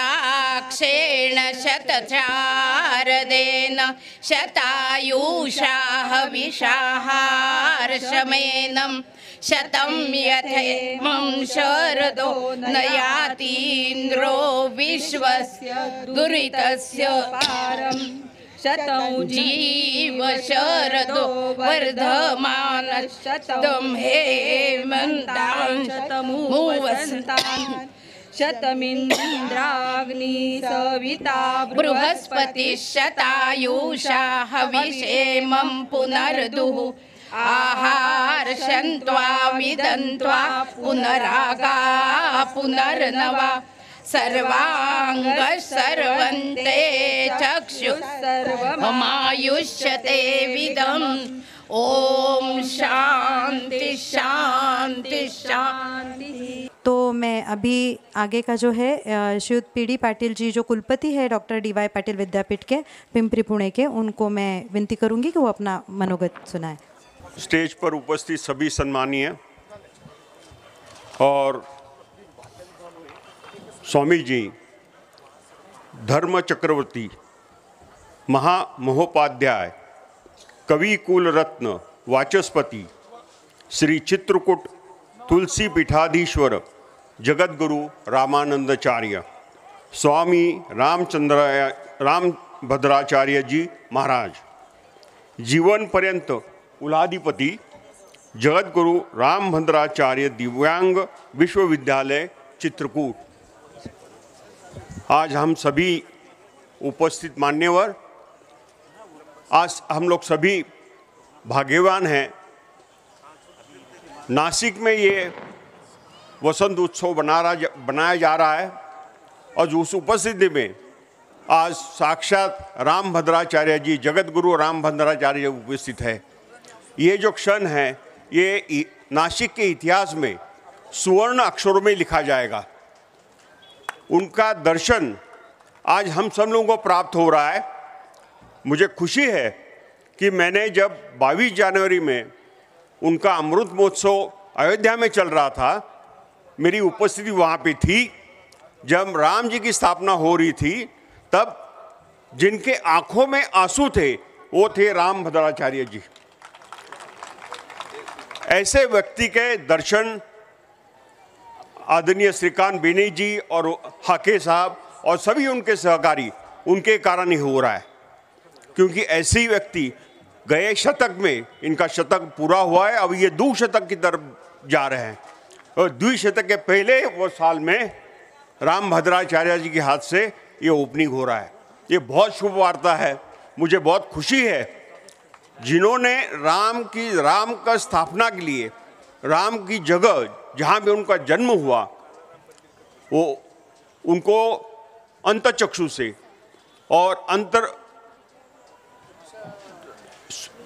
मन से जो उनको दिखा उन्होंने कोर्ट में पेश किया। 453 पन्ने उन्होंने पुरावे दिए और उसमें कोर्ट ने 452 पन्ने को माना और उसके ऊपर जो साक्ष्य महाराज जी ने दी उसको भी माना। और सबसे आनंद की बात है कि जो जगह है वो जगह स्वामी जी ने सरयू नदी के पास से कितने फीट के ऊपर है, दक्षिण से कितने फीट के ऊपर है, उत्तर से कितने फीट के ऊपर है। तो कोर्ट ने पूछा ये कैसे बोलते हो, तो बोलते आप खुदवा के देखो नीचे मंदिर है। तो ऐसे महान संत आज अपने में उपस्थित है, हम सबको आशीर्वाद मिल रहा है, हम सब भाग्यवान हैं। मैं ज़्यादा वक्त नहीं लूँगा, ऑलरेडी अब बहुत टाइम हो चुका है। धन्यवाद, नमस्ते। ये तो ऐसे है कि अभी ये मंदिर हो गया है और भगवान अंदर है और सारे जो भी है भाविक वो आगे खड़े हैं। तो ये जो दीवार है तोड़ के पहले जिसके लिए हम सब बेइंतहा बेताब है, तो श्री रामभद्राचार्य स्वामी जगतगुरु का भाषण सुनने के लिए, वसंत व्याख्यान माले की शुरुआत करने के लिए मैं स्वामी जी को विनती करती हूँ कि वो अभी हम सबको अपने ज्ञान के शब्द सुनाए और हमें प्रेरित करे। रामराज्याची संकल्पना विषय आहे रामराज्याची संकल्पना। पुनः उच्च स्वर कहा जय श्री राम।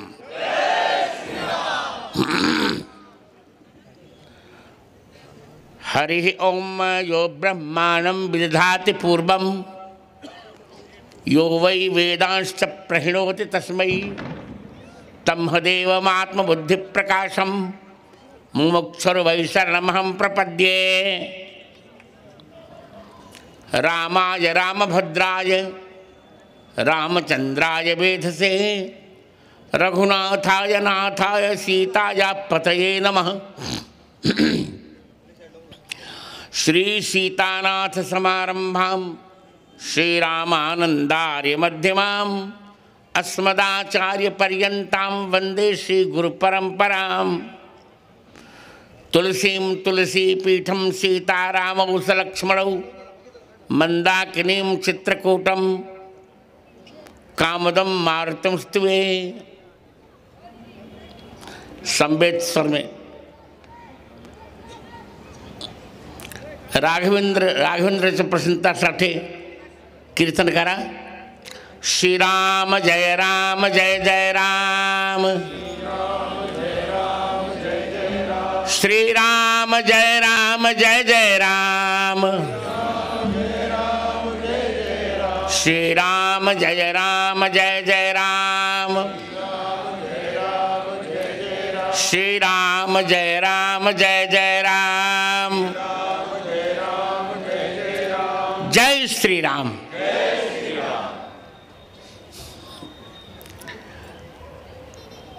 भगवत्याः श्री सीतायाः चरणकमलरसा विध्वस्त सकल कलमषा श्री राम लक्ष्मणाभ्यां सम्मानिता तत्र भगवती गोदावरी माता। वसंत व्याख्यानमालायाः अध्यक्षवर्याः श्री श्रीकांतवर्याः, संचालिका अस्माकं दक्षिण पार्श्वे विराजमानः उत्तर प्रदेशस्य पूर्वोपमुख्यमंत्री संप्रति राज्यसभा सांसदः प्रोफेसर दिनेश शर्मा, अस्माकं वामपार्श्वे विराजमानः अस्मत् तुलसीपीठस्य उत्तराधिकारी तरुण तपस्वी आचार्य रामचंद्रदासः, अन्ये और हाँ डॉक्टर और पूना विश्वविद्यालय से कुलपति डॉक्टर पी.डी. पाटिल वर्याः, अन्ये च अन्याश्च समागताः मातरः भगिन्यः, उपस्थिताः बालकाः युवकाः मित्राणि बालिकाः बालकाश्च। शान्त्या शृण्वन्तु। पश्चात हिंदी में कहते हैं द्वित्राणि वाक्यानि संस्कृते निगद्य। अयं प्रथमः प्रयोगः। सर्वे व्याख्यातारः आगताः, न कोऽपि अद्यावधि संस्कृते किमपि कथितवान्। और महाराष्ट्रं तु मम संस्कृतस्य दुर्गं वर्तते, अत्र नास्ति कश्चन संदेहः। अस्मिन्नेव महाराष्ट्रे व्याकरणस्य धुरन्धरो विद्वान् भट्टोजी दीक्षितः, येन सिद्धांत कौमुदी प्रणीता, तस्य पुत्रः भानुजी दीक्षितः संन्यस्ताश्रमे रामाश्रमी टीकाकर्ता रामाश्रमः अमरकोशस्य, तस्य पुत्रश्च हरजी दीक्षितः मनोरमायां शब्दरत्नरचयिता। अन्ये च सन्तः संत ज्ञानेश्वर नामदेव तुकाराम प्रभृतयः, राम समर्थ गुरु रामदासः। अद्य महाराष्ट्र दिवसो वर्तते। अब हिंदी बोल रहा हूँ अब तक, क्योंकि अब तक जितने व्याख्यान आप क्या होंगे, सैकड़ों व्याख्यान किसी ने संस्कृत में नहीं किया, मैंने जानकर संस्कृत में किया। आज महाराष्ट्र दिवस पर मैं सभी महाराष्ट्र वासियों को अनेक अनेक आशीर्वाद दे रहा हूँ।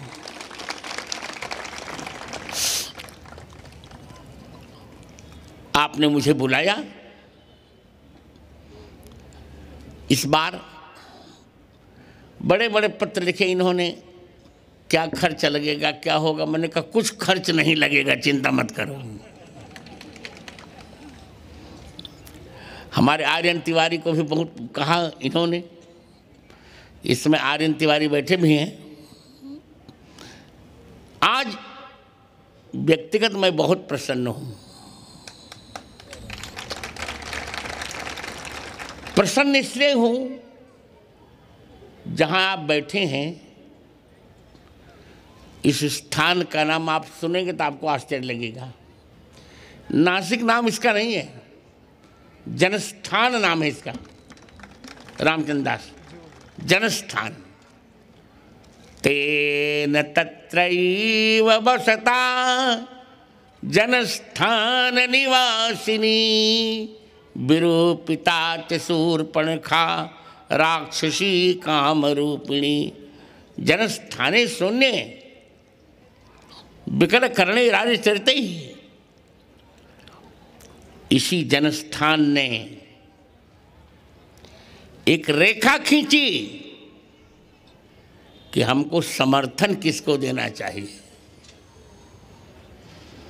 विदेशी शक्तियां पहले से प्रभावी थीं।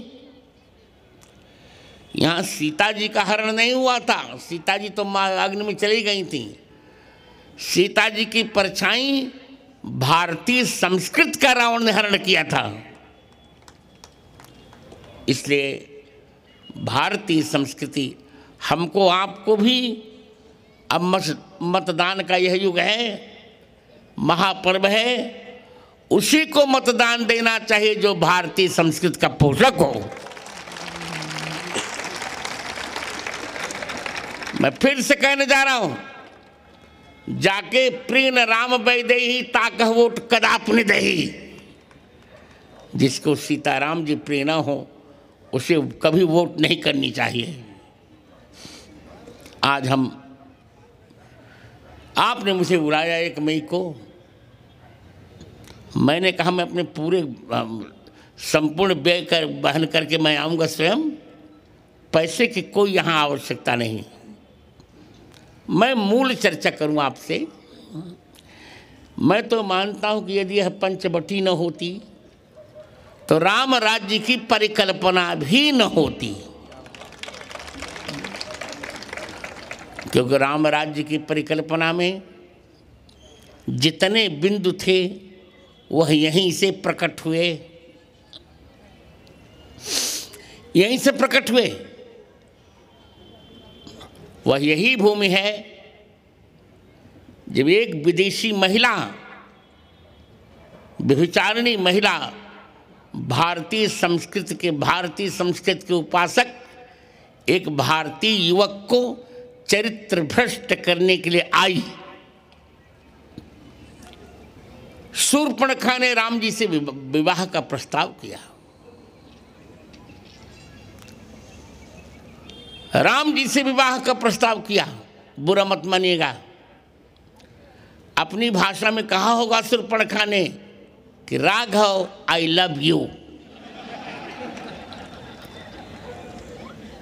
यहाँ तो अंग्रेजी के भी लोग हैं, हर्षा जी अंग्रेजी बोल रही थे। राघव जी ने कहा तुम कहते हो आई लव यू, लव का अर्थ जानते हो कि नहीं जानते हो? उसने कहा क्या? राघव जी, राम जी ने कहा लब के 4 अक्षर हैं, एल, फिर क्या है बताइए, ओ, फिर वी, फिर ई। राघव ने कहा L for lake of tears, love is lake of tears, ये आंसुओं की झील है। O for ocean of sorrows, ये दुखों का सागर है। V, this is valley of death, ये मृत्यु की घाटी है। कहते हैं ना लड़के, जब प्यार किया तो मरना क्या, तो डरना क्या, मर जाओ। ई, this is end of life, यही जीवन का अंत है। इसी पंचवटी में राघवेंद्र जी ने शूर्पणखा को दंडित किया था और यह कहा था कि हम भारतीय हैं, हम किसी भी प्रकार विदेशी सभ्यता से समझौता नहीं करेंगे, कुछ भी बलिदान करना पड़े हम बलिदान करेंगे। और वही हुआ। शूर्पणखा को भगवान राम ने विरूपित किया, उसके नाक कान काटे। आप जिज्ञासा करें राम जी ने ऐसा क्यों किया होगा? उस समय के भारतीय संविधान में एक स्मृति थी, याज्ञवल्क्य स्मृति। याज्ञवल्क्य स्मृति में कहा गया, सजाता उत्तमो दंडः आनुलोम्ये तु मध्यमः प्रातिलोम्ये बध पुंसो नार्या कर्णादि कर्तनम। अपनी जाति में यदि कोई गड़बड़ हो तो उत्तम दंड देना चाहिए। अनुलोम में हो, मान लो कन्या निम्न वर्ण की है और पुरुष ऊंचे वर्ण का है तो मध्यम सामान्य दंड दे देना चाहिए। प्रातिलोम में हो, कन्या ऊंचे वर्ण की हो, यदि पुरुष निम्न वर्ण का है तो पुरुष की गलती है तो उसको प्राणदंड, और नारी की गलती उसका नाक कान काट देने चाहिए। यह भारतीय संविधान था। राम जी क्षत्रिय कुलभूषण है, शूर्पणखा ब्राह्मण के यहाँ से जन्म ली थी और गलती शूर्पणखा की थी। तो याज्ञवल्क्य की इस धारा के अनुसार भगवान राम ने उसके नाक कान काट दिए, यही इसी पंचवटी में। यह वही पंचवटी है जहाँ माया मृग बनकर मारी छाया, और माया की सीता जी को लोभित करना चाहा, जबकि वो लोभित नहीं हो रही थी। ये तो केवल नाटक मात्र था उनका।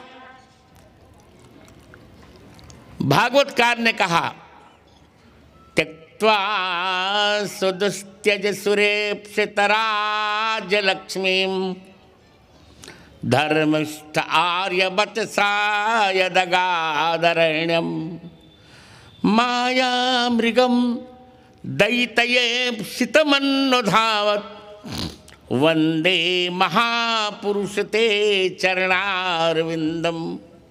अरे जिसने देव दुर्लभ राज्य लक्ष्मी को छोड़ा हो, उस सोने के मृग पर ललचाएगा क्या? ये रावण का विनाश काल था, इससे उसकी बुद्धि विपरीत हो गई। न निर्मितः केन दृष्ट पूर्वो न श्रूयते हेमयः कुरंगः तथापि तृष्णा रघुनंदनस्य विनाश काले विपरीत बुद्धि। लोग राम जी के लिए सोचते हैं, राम जी का विनाश हुआ ही नहीं, राम जी का विकास हुआ। यहीं से राम जी ने अपनी विकास यात्रा का प्रारंभ किया। ये रावण का विनाश काल था, उसने सोचा कि राम जी स्वर्ण के मृग पर लोभित हो गए होंगे। ये प्रश्न रावण के लिए है कि बताओ इतना त्याग करो, राम जी को कभी मृग पर तृष्णा होगी? ये रावण की सोच का अंतर था। और सबसे बड़ी बात, यह वही स्थान है जहाँ लक्ष्मण जी ने धनुष की रेखा खींची और सीता जी से कहा, भाभी माँ इसका उल्लंघन आप नहीं करेंगी तो कोई आपको छू नहीं सकेगा। और रावण नकली सन्यासी वेश में आया, दंड बाएं कंधे पर रखा, जबकि त्रिदंड हम लोग दाहिने कंधे पर रखते हैं। आप यहाँ देखें, मेरा भी त्रिदंड दाहिने कंधे पर है। सीता जी जानती हैं कि नकली सन्यासी है, फिर रेखा के बाहर क्यों आ गई सीता जी? इसलिए आ गई, सीता जी ये भी मर्यादा जानती हैं कि बड़े लोगों को छोटे लोगों के अनुशासन मानने की आवश्यकता नहीं होती।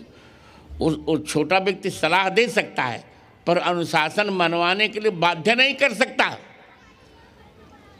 मैं चाहूँ तो मान जाऊँ, नहीं तो नहीं। पर उनके साथ धर्म संकट था, क्योंकि जिस कुल में सीता जी का विवाह हुआ है वहाँ से कभी भिखारी खाली हाथ नहीं जाता। सीता जी ने सोचा यदि रावण को भीख नहीं दूंगी तो मेरी ससुराल का अपमान हो जाएगा, हर ले जाने दो रावण को। और वही हुआ, रावण ने सीता जी का अपहरण किया इस घटना ने पूरे राष्ट्र को एक कर डाला, राममय कर डाला। जैसे राम जन्मभूमि के आंदोलन ने सारे राष्ट्र को राममय बना दिया। थोड़ा इसको और आगे बढ़ाओ। सारे राष्ट्र को राममय बना दिया। उसी प्रकार इस घटना ने सारे राष्ट्र को राम जी के पक्ष में ला दिया। यहाँ तक कि यहीं रहने वाला एक जटायु गीत पक्षी वो रावण से लोहा लेने को तैयार हो गया। रावण की 10 भुजाएं उखाड़ दी, उसे मूर्छित कर दिया। भरे रावण के चंद्रहास से उसके पंख काटे गए। पर रामचंद्र जी ने उसी समय निर्णय ले लिया कि राम राज्य का पहला कर्तव्य होगा कि पिता जटायु के अपमान का बदला लिया जाए। और वही हुआ। देखिए, राम राज्याची संकल्पना जिसने पहली बात तो संकल्पना की किसने, ये सोचना पड़ेगा। राम राज्य की संकल्पना वशिष्ठ जी ने की थी। वशिष्ठ जी ने राम राज्य की संकल्पना की थी। एक ऐसा राज्य जहां किसी को किसी प्रकार का कष्ट न हो, एक ऐसा राज्य प्रहिष्टमुदितो लोको लोकस्तुष्ट पुष्ट सुधार्मिक निरामय हेरोगश्च दुर्भिक्ष भय वरिष्ठः, जहाँ सभी लोग प्रसन्न हों, जहाँ सभी लोग संतुष्ट हों, जहाँ सभी लोग धार्मिक हों, जहाँ किसी को रोग न हो, जहाँ किसी को भूखमरी हो न हो। एक ऐसा राज्य चाहिए जहाँ दैविक भौतिक तापा राम राज नहीं का हुई व्यापार, किसी प्रकार का ताप किसी को न हो। वशिष्ठ जी ने संकल्पना की। एक ऐसा राज्य चाहिए जहां प्रत्येक पुरुष एक नारी व्रत हो, केवल एकमात्र अपनी पत्नी से प्रेम करे, और नारी जहां पतिव्रता हो, एक नारी व्रतरत समझारी तीय मन बचक्रम पति उपकारी। एक ऐसा राज्य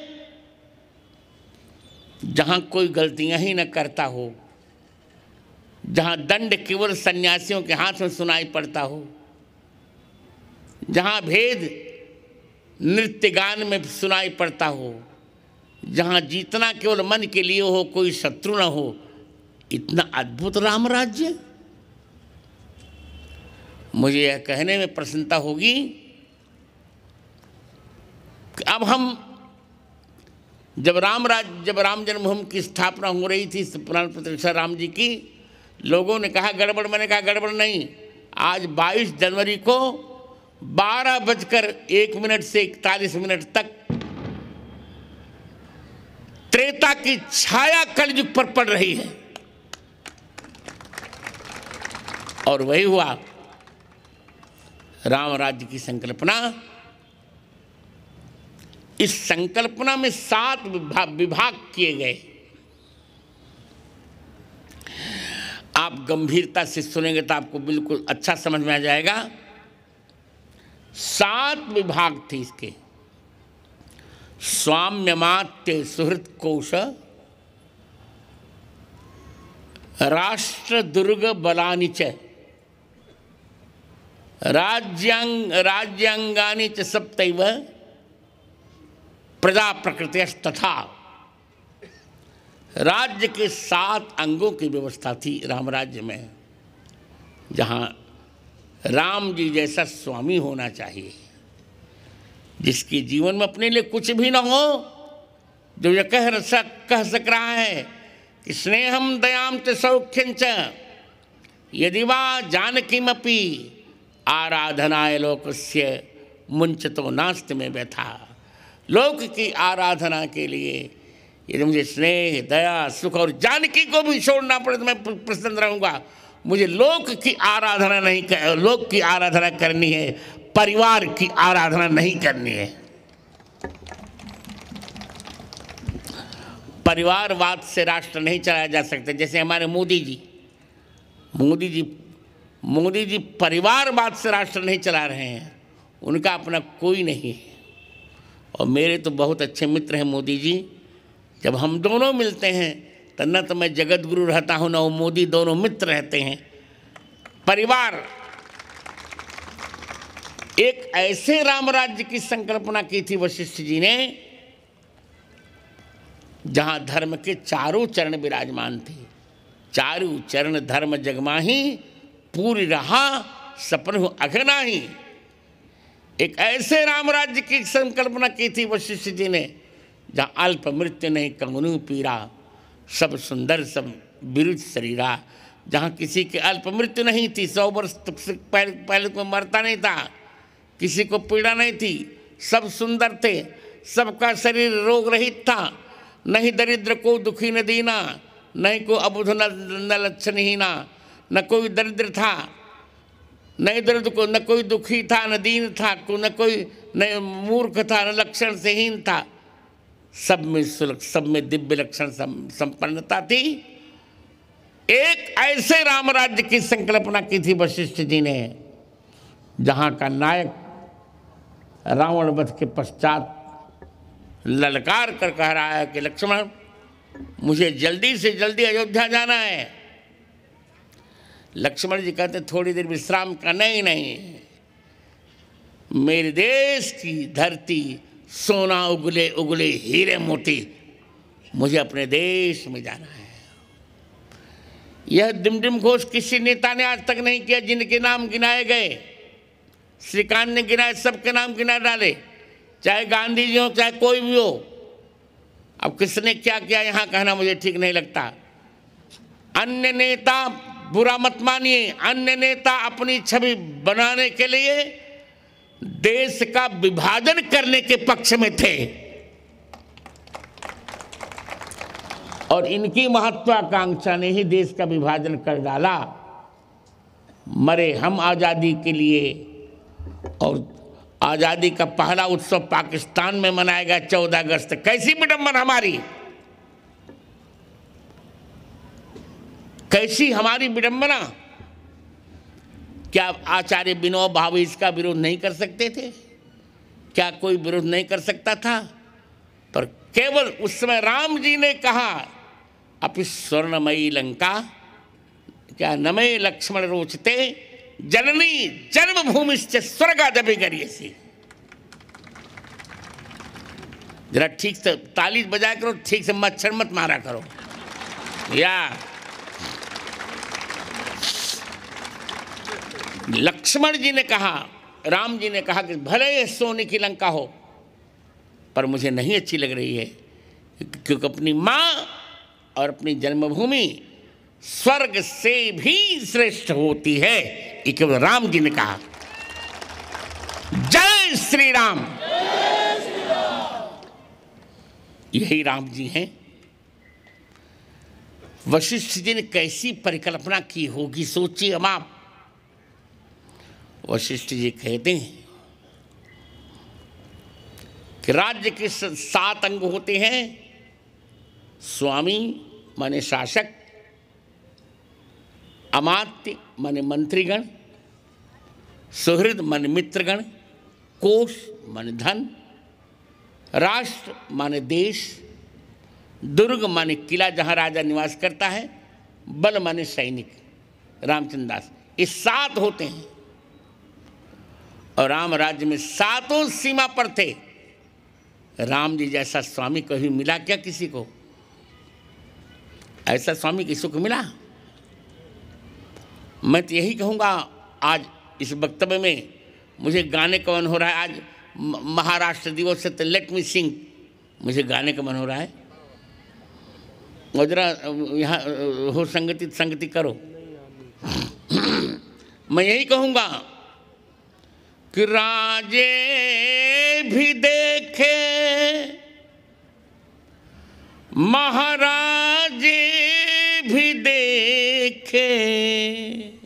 दिनेश जी, राजे भी देखे, महाराजे भी देखे, मेरे राम जैसा, कोई राजा न देखा मेरे राम जैसा, कोई राजा न देखा मेरे राम जैसा, कोई राजा न देखा मेरे राम। दीन दयालु उदार शिरोमणि, कौन भगत भयहारी, कौन भगत भयहारी। किसके पद पंकज को, किसने पद पंकज के रज से, पद पंकज के रस उग्र अहल्या तारी। देवता भी देख महादेवता भी देखे, देवता भी देखे महादेवता भी देखे, मेरे राम जैसा कोई देवता न देखा मेरे राम जैसा, कोई राजा न देखा मेरे राम जय। ऐसा कोई राजा मिला क्या? ऐसा कोई राजा मिला? भागवतकार क्या कहते हैं? त्रेतायाम वर्तमानायाम काल कृत युगोपम रामे राजनी, रामे राजने धर्मज्ञे, रामे राजने धर्मज्ञे सर्वभूत गुहाशय, सर्वभूत दुख भयापहे, संपूर्ण लोगों का भय करने वाले राम जी के राजा बनने पर त्रेता में भी कृतयुग की छाया आ गई।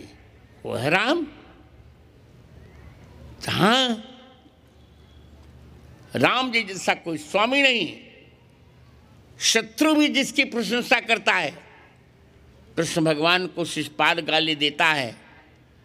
पर मैं यह कहने को आज बहुत आनंदित हो रहा हूं कि रावण ने राम जी को कभी गाली नहीं दी। राम जी ने क्या आदर रहा होगा। और आपको एक चौंकाने वाली बात बताऊं, पूरे रामायण के फलक पर मैंने सभी रामायणें देखी हैं। यहाँ की भी भावार्थ रामायण एक नाथ जी ने लिखी।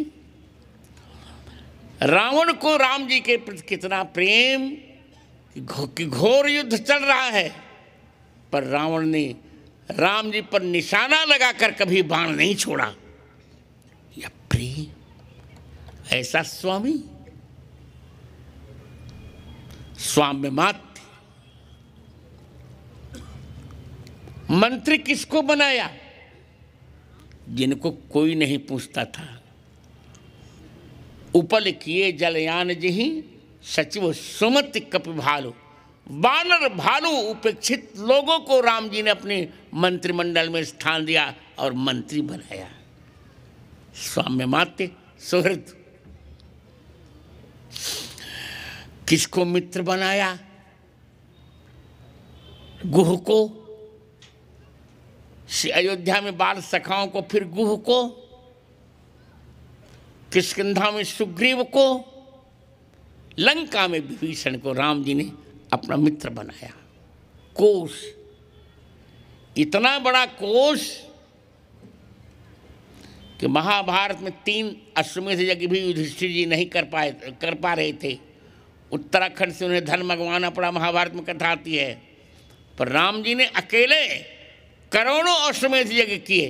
कोटिन बाजी मेध प्रभु कीन्हे, दान अनेक द्विजन कह दीन्हे। करोड़ों अश्वमेध यज्ञ किए राम जी ने। और आप कहेंगे तो तुलसीदास जी चमचे होंगे राम जी के, पर वाल्मीकि को देखिए। वाल्मीकि को नित्यम प्रमुदिता सर्वे यथा कृतयुगे तथा अश्वमेध सुतैरिष्टा गवाम बहु तथा बहु सुवर्ण कई गमाम कोटे तम दत्वा विद्वद्भ्युर्भुर्वकम असंख्यम धर्म दत्वा ब्राह्मणे भीमाशा राजवंशान सद्गुणान स्थापयिषित राघव चातुर्य वर्णन चलो किसमें से धर्मनी औक्षति। ऐसे राम राज्य की संकल्पना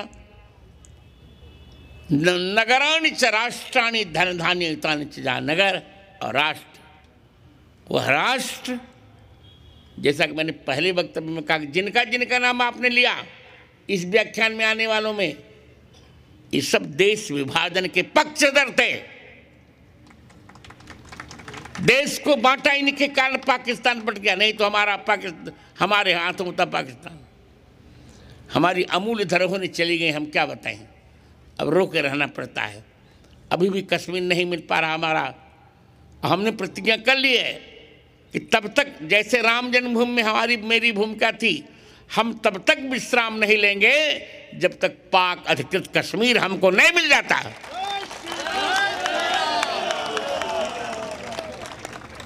आपने ये सो गान गाया, जिनका गाया होगा, और मुझे उनसे सबसे बहुत चिढ़ है, बहुत चिढ़ है।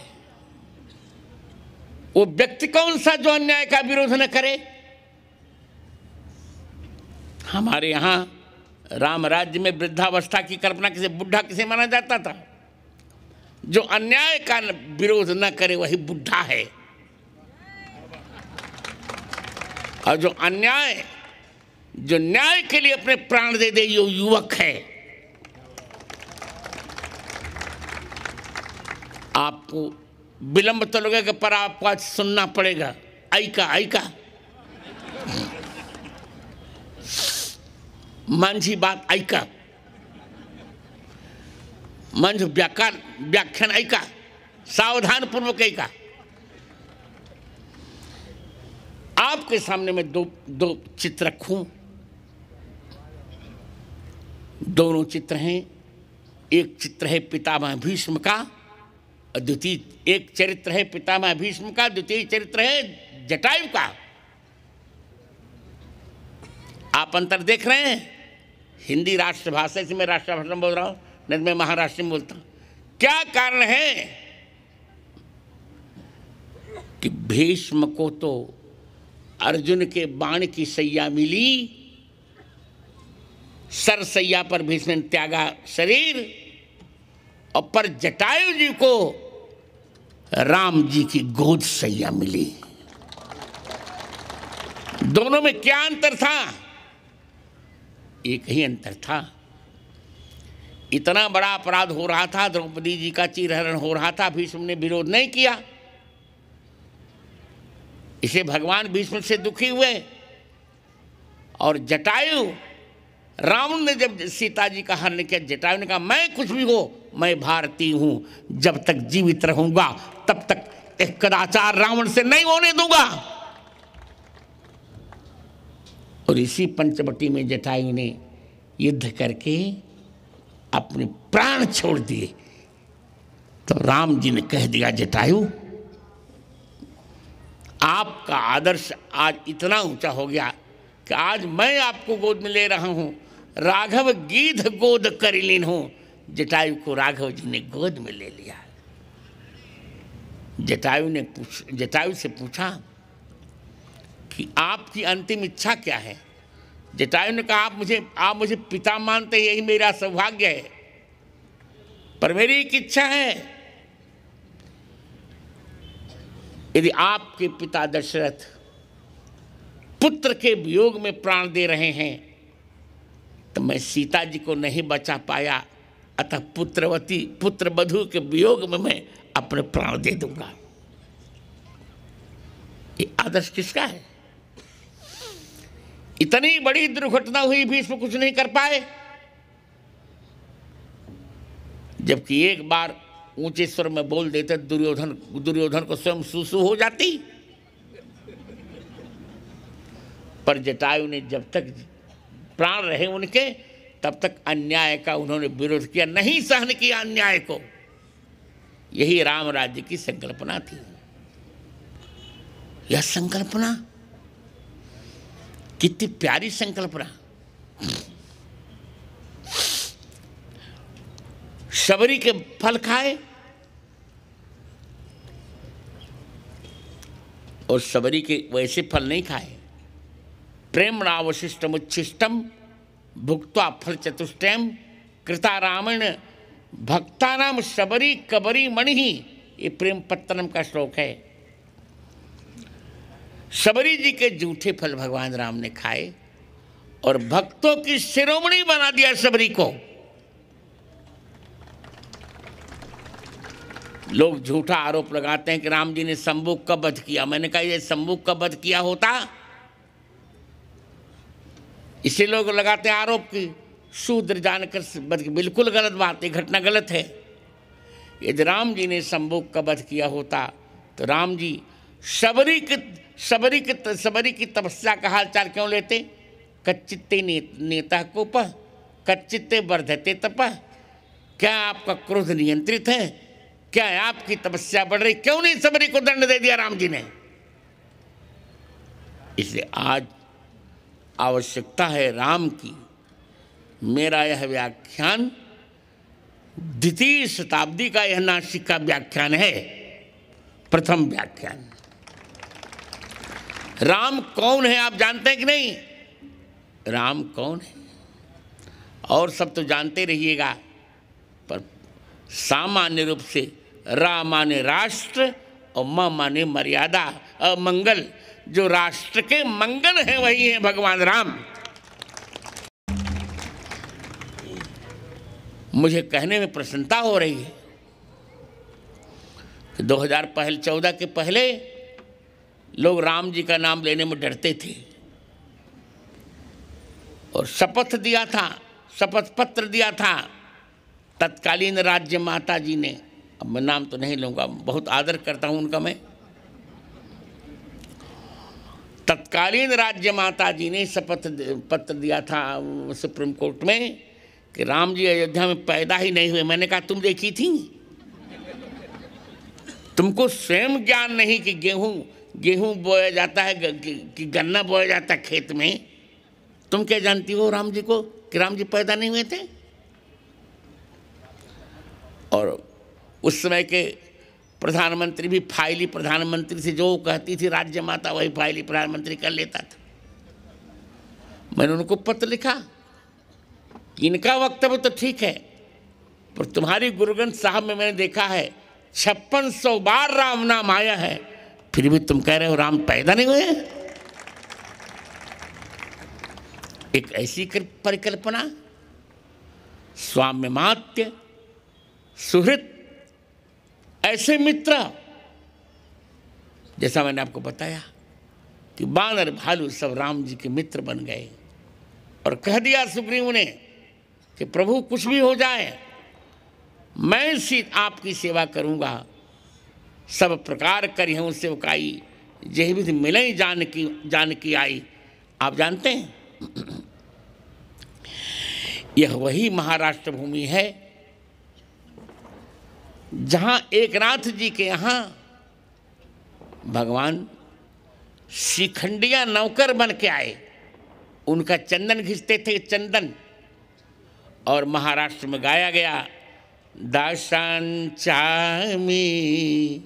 दास श्री हरि नंदाचा नंदना घासितो नाथ घरे चंदना। वह महाराष्ट्र। भगवान करे मैं दासों का दास हूँ, नंद का नंदन हूँ, दशरथ जी का बेटा हूँ, फिर भी एकनाथ के घर चंदन घिस रहा हूँ मैं। शिखंडिया नाम अपना भगवान ने रख लिया था। यह वह महाराष्ट्र भूमि जहाँ 5 वर्ष की अवस्था में नामदेव जी को भगवान ने दर्शन दे दिया। यह वह महाराष्ट्र भूमि जहाँ जब नामदेव जी की झोपड़ी जल गई तो अपने हाथ से क्या नामदेव जी की झोपड़ी बना दी भगवान राम ने। यह वह महाराष्ट्र भूमि जहाँ की ज्ञानेश्वरी जैसी टीका लिखी गई। यहाँ राम राज्य की संकल्पना मैं क्या बताऊँ, पूरी संकल्पना यहीं से तो प्रारंभ होती है। साम्यामात्य सुहृत कोश, इतना कोश कि हमें किसी से कर्ज नहीं लेना पड़ता था, हम सबको दे रहे थे। रावण के यहाँ भूखमरी थी, रावण आपूर्ति नहीं कर पा रहा था। रावण ने कहा आए किस कार्य के प्रेरे क्षुधावंत रजनीचन मेरे, और राम राज्य में कोई भूखों नहीं मर रहा था। यह कहने में मुझे हर्ष हो रहा है कि हमारे मित्र मोदी जी के कुशल नेतृत्व में अब हम विश्व की 5वीं अर्थव्यवस्था बन चुके हैं।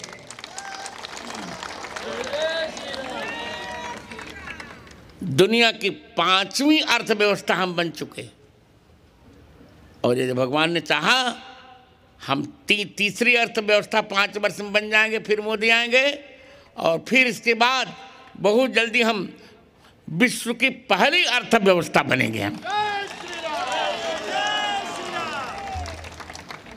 मित्रों, स्वाम्यामात्य सुहृत कोश राष्ट्र, जैसा मैं कह रहा हूं, हमने कभी भी अपने राष्ट्र को विभाजित होने में विश्वास नहीं किया नहीं। हमने इस राष्ट्र को टुकड़ा बनाने के लिए कभी नहीं सोचा था। प्रथम प्रधानमंत्री जी की ही कृपा से पाकिस्तान बना, भूटान बना, नेपाल हमसे अलग हुआ, सब कुछ, तिब्बत हमसे अलग हुआ, मानसरोवर हमसे अलग हुआ, सब कुछ तो अलग हो गया, बचा क्या हमारे यहाँ? हमने नहीं कल्पना की थी कि जिस जन्मभूमि के लिए हम लड़ाई लड़ रहे हैं वो मिलेगी हमको, तो उसकी बाईं आँख फूटी हुई होगी, बायां चरण टूटा हुआ होगा, बायां हाथ टूटा हुआ होगा। ऐसा ही हुआ। 70% भूमि हमको मिली और 30% भूमि उन दुष्टों को मिल गई जो भारत माता को भारत माता कहते ही नहीं। राम राज्य की यह संकल्पना है कि हम अपनी भूमि 1 इंच नहीं छोड़ेंगे, और इतनी बड़ी सीमा का विस्तार किया था राम जी ने। भूमि सप्त सागर में खड़ा, एक भूप रघुपति कौशला, सप्त 7 सागरों पार भारत का तिरंगा झंडा फहराता था। यह वह भूमि थी। हमने कल्पना की थी।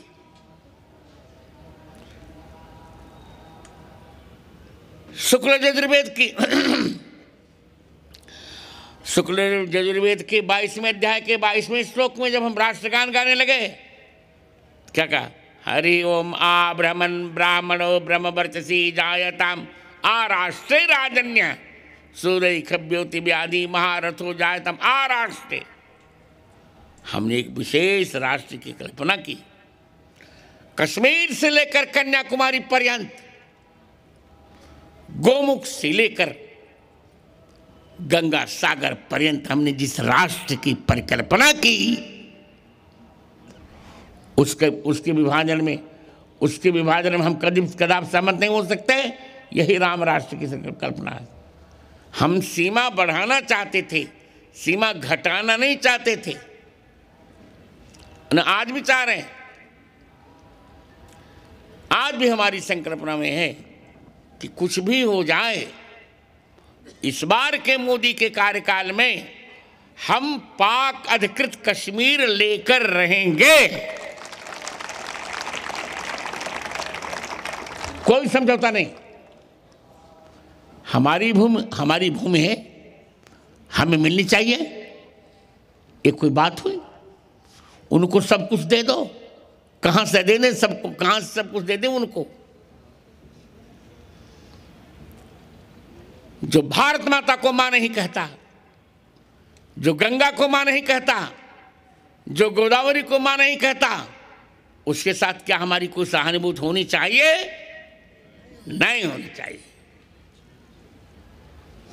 राम राज्य की संकल्पना, जिसमें भगवान राम ने कहा था, रामचंद्र दास, भूयो भूयो भाविनो लोक भूमिपाला नत्वा नत्वा याचते रामचंद्र सामान्योयम धर्म सेतु नराणाम काले काले रक्षणी यो भवद्भि। राजाओं, यह रामचंद्र आपसे प्रणाम करके प्रार्थना करता है कि जो व्यवस्था हमने बना दी, इस व्यवस्था में कभी हस्तक्षेप नहीं होना चाहिए। इसको निरंतर संवारते रहिए, सजाते रहिए और इसका श्रृंगार करते रहिए। हमने संकल्पना की थी, स्मिता जी, हमने संकल्पना निश्चित की थी। 7 संकल्पनाएं हमारी थी। स्वाम्य मात्य सुरत कोश, राष्ट्र दुर्ग बलानिचे। स्वामी कैसा हो, मंत्रिमंडल कैसा हो, मित्र कैसे हो, कोश कैसा हो, राष्ट्र कैसा हो, दुर्ग कैसा हो, सेना कैसी हो, ऐसी कल्पना हमने की थी। ये इस हमारे कल्पना के 7 आधार थे। इसे राष्ट्रगान में हमने 7 बार जय कहा, जय हे जय हे जय हे और जय जय जय जय हे। 7 बार कहने का यही हमारा अभिप्राय था कि 7 अंगों से सुसज्जित हमारा यह राम राज्य कभी भी डिगेगा नहीं, किसी के अस्थिर करने पर अस्थिर होगा नहीं। हम तो खुला कह रहे हैं। अब थोड़ा मुझे और बोलने का मैंने मना मत करना हो। चुनाव आयोग का कोड कंडक्ट चालू है तो 9:30 बजे तक की इनकी अनुमति थी, 10 बज गए। अच्छा, हाँ तब ठीक है। चुनाव आयोग भगवान करे अच्छा मतदान कराए। मतदान तो बहुत कम करा पा रहा है, अच्छा कराए। अंत में मैं यही कहूँगा कि यह राम राज्य की संकल्पना आर्य संस्कृत की संकल्पना है। यह राम राज्य की संकल्पना त्रैकालिक भारत भविष्य की संकल्पना है। यह राम राज्य की संकल्पना भविष्य भारत की संकल्पना है। यह राम राज्य की संकल्पना विकसित भारत की संकल्पना है। आपने मुझे बुलाया, मेरे ज्ञानपीठ का सम्मान किया और मुझे भी लगता होगा, मुझे भी लग रहा है इतने व्याख्यान आपने 100 वर्ष से सुने, भले आप चाटुकारिता करेंगे न करें, ऐसा व्याख्यान कदाचित किसी ने नहीं दिया होगा। जय श्री राम। मैं तो यही कहूँगा, अर्थ पाहिजे न धर्म काम पाहिजे, कौशल्या कुमार मला राम पाहिजे। बोलो, अर्थ पाहिजे न धर्म काम पाहिजे, कौशल्या कुमार मला राम पाहिजे। सत्य संध दया सिंधु वीर व्रत धारी, पाहिजे चित्रकूट कानन विहारी, मंदाकिनी ललित ललाम पाहिजे, कौशल्या कुमार मला राम पाहिजे। कोटि मन्मथाभिराम राम मला पाहिजे, लोकलोचनाभिराम राम मला पाहिजे। राम भद्राचार्य च अभिराम पाहिजे, राम भद्राचार्य च अभिराम पाहिजे, कौशल्या कुमार मला राम पाहिजे। जय श्री राम, जय श्री राम। बहुत बहुत धन्यवाद। निवडणूक आचारसंहिता सुरू असल्यामुळे कार्यक्रम आपण इथेच थांबवत आहोत। उद्या या ठिकाणी बाबासाहेब सौदागर, सुप्रसिद्ध चित्रपट गीतकार यांचा माझा गाण्याचा प्रवास या विषयावर व्याख्यान येईल। उद्याही आपण मोठ्या संख्येने उपस्थित राहावं ही विनंती। धन्यवाद।